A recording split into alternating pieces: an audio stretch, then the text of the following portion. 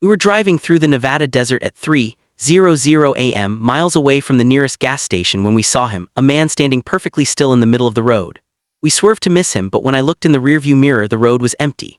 We thought it was just exhaustion playing tricks on our eyes, until we stopped at a rest area and found a muddy handprint on the inside of our back window. We weren't alone in that car, and whatever was sitting in the shadows of our backseat had been waiting for us to stop. Tyler was behind the wheel, his eyes heavy but fixed on the endless black asphalt. Sarah was passed out in the back seat, buried under a pile of blankets. I was in the passenger seat, trying to stay awake by flipping through radio stations that only offered static. "Did you see that?" Tyler suddenly whispered, his voice sharp with adrenaline. "See what?" I asked, sitting up straight. "There was someone standing on the shoulder just a second ago." I looked out into the darkness, but there was nothing but the rhythmic flash of the white road lines.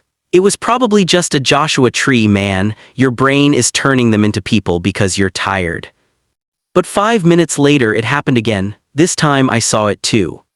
About 50 yards ahead, right in the center of the road, a tall, thin figure was standing perfectly still. He was wearing a dark, heavy overcoat that seemed way too thick for the desert heat and a wide-brimmed hat that obscured his face. He didn't wave for help. He didn't move. He just stood there like a statue. "Tyler, watch out," I screamed. Tyler slammed on the brakes, the tires screeching against the hot pavement. The SUV swerved, the headlights sweeping across the desert floor before we came to a bone-jarring halt just inches from where the man had been standing. We sat there in the sudden silence, our hearts hammering against our ribs. "Did we hit him?" Sarah asked, waking up in a panic. Tyler gripped the steering wheel so hard his knuckles turned white. "I don't know," I didn't feel a thud. We sat in the idling car for a long minute, waiting for a knock on the window or a cry of pain. Nothing. Tyler slowly put the car in park and shined the spotlight onto the road ahead. The road was empty. There was no body, no footprints in the dust, and no sign of a human being for miles. The desert was as still as a grave. "He's gone," I whispered, the hair on my neck standing up. "He was right there, Tyler. How could he just vanish?" "We need to get out of here," Sarah whimpered from the back. "Now."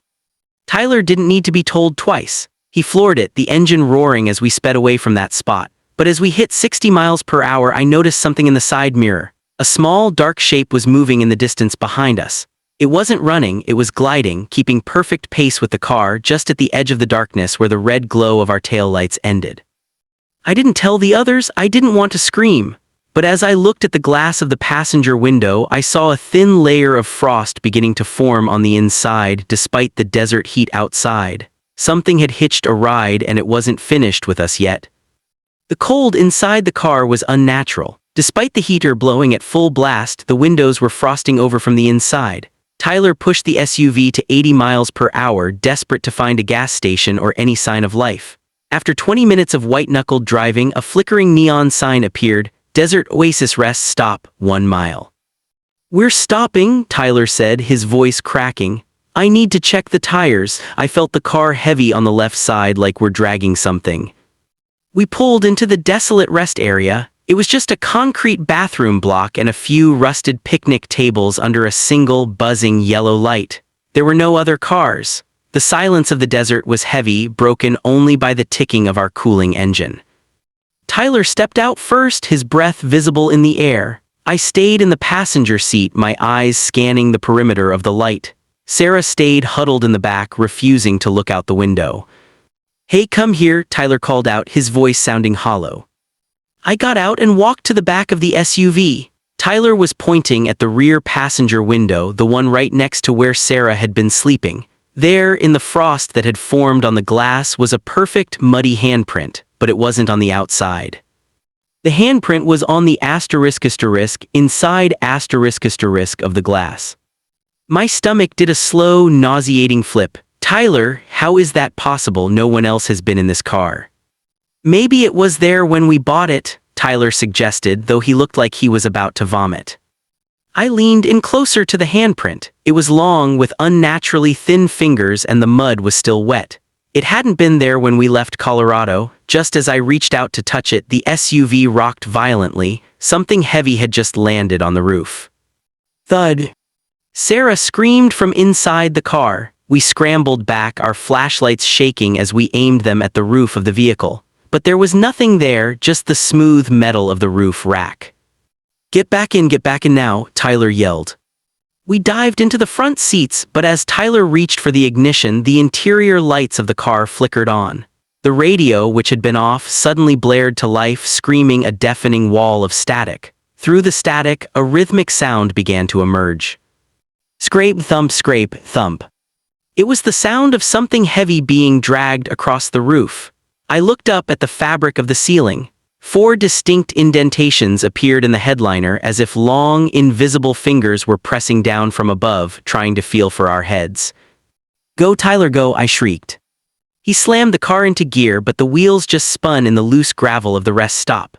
Through the rearview mirror, I saw the figure from the highway. He was standing under the buzzing yellow light of the rest stop, watching us.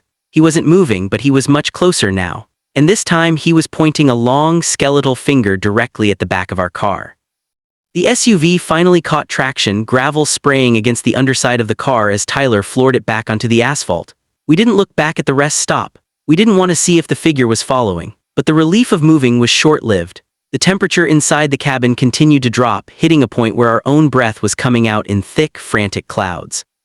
"Tyler, the radio," Sarah gasped, clutching her arms. The static had changed. It was no longer random noise. It had become a wet, rhythmic sound like a heavy tongue licking a dry surface. Schlop, schlop, schlop. It was coming through every speaker in the car, surrounding us in a cocoon of sound. "I'm turning it off," Tyler shouted, stabbing at the power button.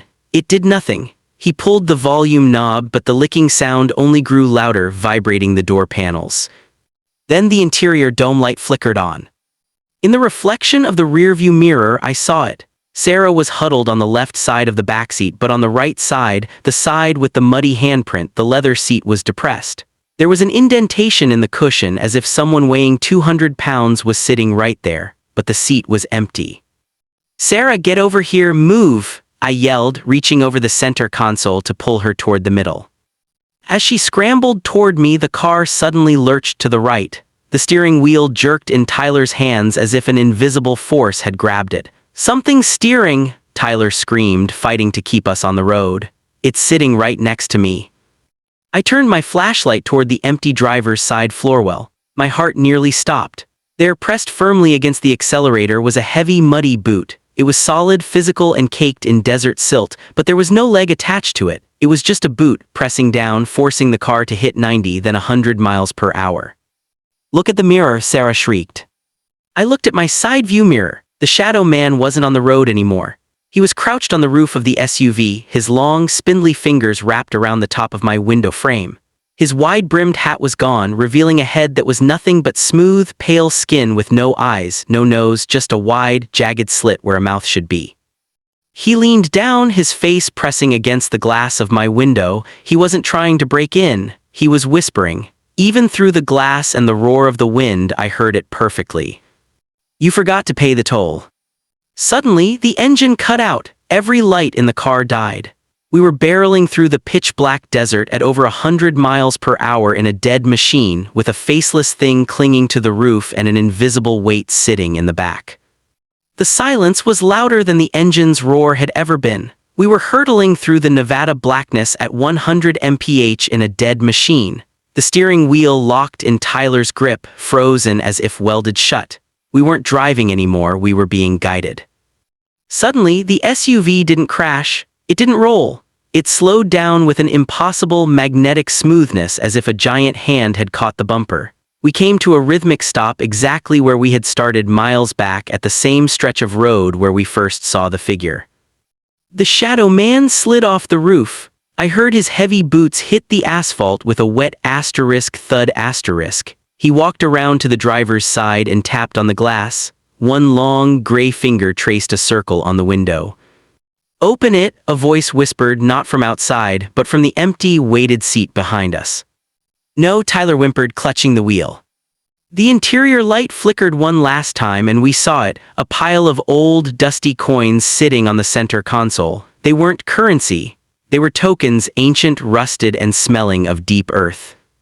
"One stays," the voice from the backseat rasped. "The road demands a witness." Before I could move the back door, the one with the muddy handprint swung open on its own.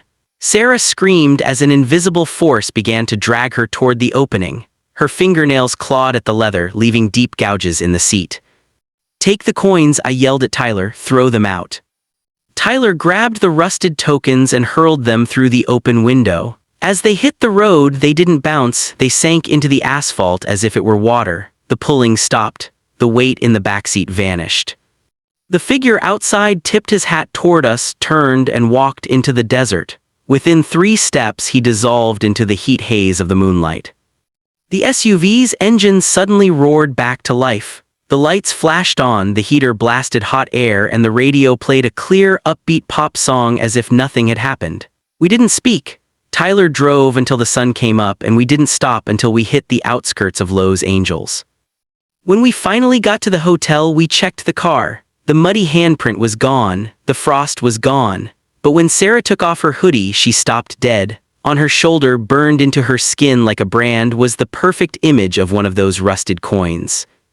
We never went back to Nevada. We sold the SUV a week later. But sometimes when I'm driving alone at night and the heater kicks on too high, I look in the rearview mirror. I don't see the man. I just see a slight indentation in the back seat, as if someone or something is still sitting there waiting for the next toll to be paid.